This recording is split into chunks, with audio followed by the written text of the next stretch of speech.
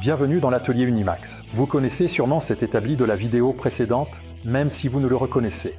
Peut-être pas complètement. C'est parce qu'il a un tout nouveau revêtement et aussi parce qu'il est dans un environnement différent de celui de la vidéo précédente. Et cela uniquement grâce à son nouveau châssis. Je dis intentionnellement châssis, car ce ne sont pas de simples roulettes, mais nous y reviendrons dans un instant. Dans cette première vidéo, je vous ai promis de vous donner quelques conseils pour que votre établi dure le plus longtemps possible comme s'il était neuf. Le fabricant recommande déjà que, au plus tard un mois après le déballage, vous deviez appliquer un revêtement de protection sur l'établi. Après consultation directe avec la société Ramia, je suis arrivé à l'huile de lin. Concrètement, j'ai donc utilisé Fermèche, et il est important de peindre l'établi complètement partout. Cela signifie non seulement la plaque supérieure et ce qui est visible, mais l'ensemble. Bien sûr, la totalité du piétement est également incluse. Si vous voulez être honnête comme moi, vous peindrez même ces petits trous, par exemple pour les poignets, avec un petit pinceau cette plaque. Eh bien, tout ce qui vous vient à l'esprit, tout ce qui est en bois. Et n'ayez pas peur, si vous avez ce petit meuble, n'hésitez pas à le traiter aussi, car même s'il est en aggloméré, il est plaqué avec du vrai bois, donc il absorbe aussi très bien. Selon les recommandations du fabricant, vous ne devriez pas garder cet établi en permanence dans des espaces où l'humidité relative de l'air dépasse 60%. Alors maintenant, passons au châssis. Je pense que la caractéristique la plus importante d'un établi ou de toute table de travail est sa stabilité. Et au moment où vous mettez cette table de travail sur des roulettes, la stabilité n'est jamais aussi bonne que lorsqu'elle repose sur ses propres pieds. C'est pourquoi je voulais des roulettes qui résolvent tous ces problèmes.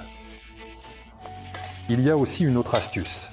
Ces roulettes peuvent être fixées soit directement sur la table de travail, soit sur une plaque de montage. Cela a l'avantage que vous pouvez acheter un nombre limité de plaques de montage. Elles ne sont pas si chères, il y a en plus des tables de travail pour le montage, ainsi que d'autres machines. Mais pour un ensemble de roulettes, qui est relativement cher, vous pouvez n'en acheter qu'une seule et ensuite la déplacer facilement entre les différentes tables ou éventuellement les machines. Et cela soulève encore une autre chose. Déjà dans la vidéo précédente, certains d'entre vous ont remarqué que ces établis semblent relativement petits, ou plutôt bas, par rapport à ma stature. Et c'était comme ça, parce qu'ils n'ont en fait que 85 cm de hauteur, ce qui est vraiment trop peu pour moi. Mais je comprends que cela puisse convenir à certaines personnes, et raccourcir un établi haut est un plus grand problème que d'augmenter celui qui est bas. Eh bien, j'ai résolu cela en ajoutant des petits supports à ce châssis. Ton établi a non seulement atteint les 95 cm de hauteur de travail dont j'avais besoin, mais il permet également d'y installer des roulettes, car sinon la construction du châssis ne s'entend pas du tout avec ces roulettes donc, j'ai en fait tué deux oiseaux d'une pierre. Venez voir comment cela s'est passé. Quand j'ai placé les cales en dessous des traverses du piétement, j'ai remarqué qu'à un endroit, la traverse n'est pas complètement à niveau. Elle est simplement instable. Donc, j'ai dû prendre un grand rabot de menuisier pour aplanir les deux lattes en deux passages, ce qui signifie les réduire d'1 millimètre environ. Cela s'est parfaitement aligné, la surface est maintenant parfaitement plane et les inserts s'y ajustent parfaitement. Maintenant, il était nécessaire de percer des trous dans les traverses du piétement. En fait, j'ai décidé de ne pas coller les soi-disant unacliquis de manière permanente, mais de les visser à l'aide de vis de construction massive, de 8x100, même avec une tête plate. Pour accélérer le travail, vous pouvez d'abord utiliser un tournevis à percussion, mais après ce serrage final, je recommande d'utiliser une clé à cliquet. Nous visserons les plaques de montage sur le piétement. Encore une fois, pour accélérer le travail, j'ai utilisé un tournevis à percussion. Après ce serrage final, j'ai utilisé un tournevis normal, mais pour avoir plus de force, j'ai inséré un deuxième tournevis dans le manche comme un cliquet. Et voilà, j'ai terminé. Maintenant, il ne me reste plus qu'à enfiler les roulettes et à tester leur fonctionnalité.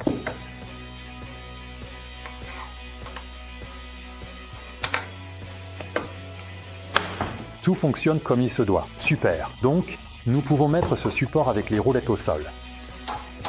Dans le châssis, je vais enfoncer deux chevilles de 10 mm de diamètre qui me définiront la position de la table de travail. Ça c'est bien placé.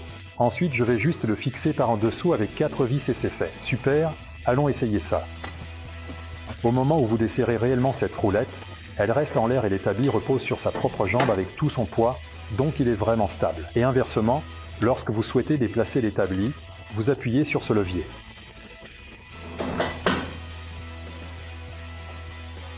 Et ainsi l'établi se soulève dans cette position de transport. Sous ce pied, il y a autant d'espace que le rayon de cette roulette. Enfin, Il faut couper des coins à la bonne longueur, qui seront collés ainsi sur le bout de la gouttière, afin que les objets qui pourraient rester dans cette gouttière puissent être facilement balayés. Et j'ai encore un conseil pour vous. Il s'agit de rendre au moins une extrémité de ce mandrin démontable. Cela m'est assez utile en ce moment, car je remplaçais le serre-joint à déclenchement rapide par l'ancien modèle classique. Il me convient tout simplement mieux. J'ai donc pu simplement démonter ce mandrin et l'utiliser à nouveau dans l'autre étau. De toute façon, je sais que quand j'en aurai besoin, je n'aurai pas à couper ou à forcer quoi que ce soit, il suffit de dévisser cette vis et j'ai le véhicule à ma disposition. Si jamais j'ai d'autres idées concernant l'établi à l'avenir, ou si vous en avez, n'hésitez pas à les écrire dans les commentaires et je serai heureux de partager ces expériences avec vous. Pour l'instant, c'est tout sur les établis Ramia. J'espère que cela vous a au moins un peu aidé.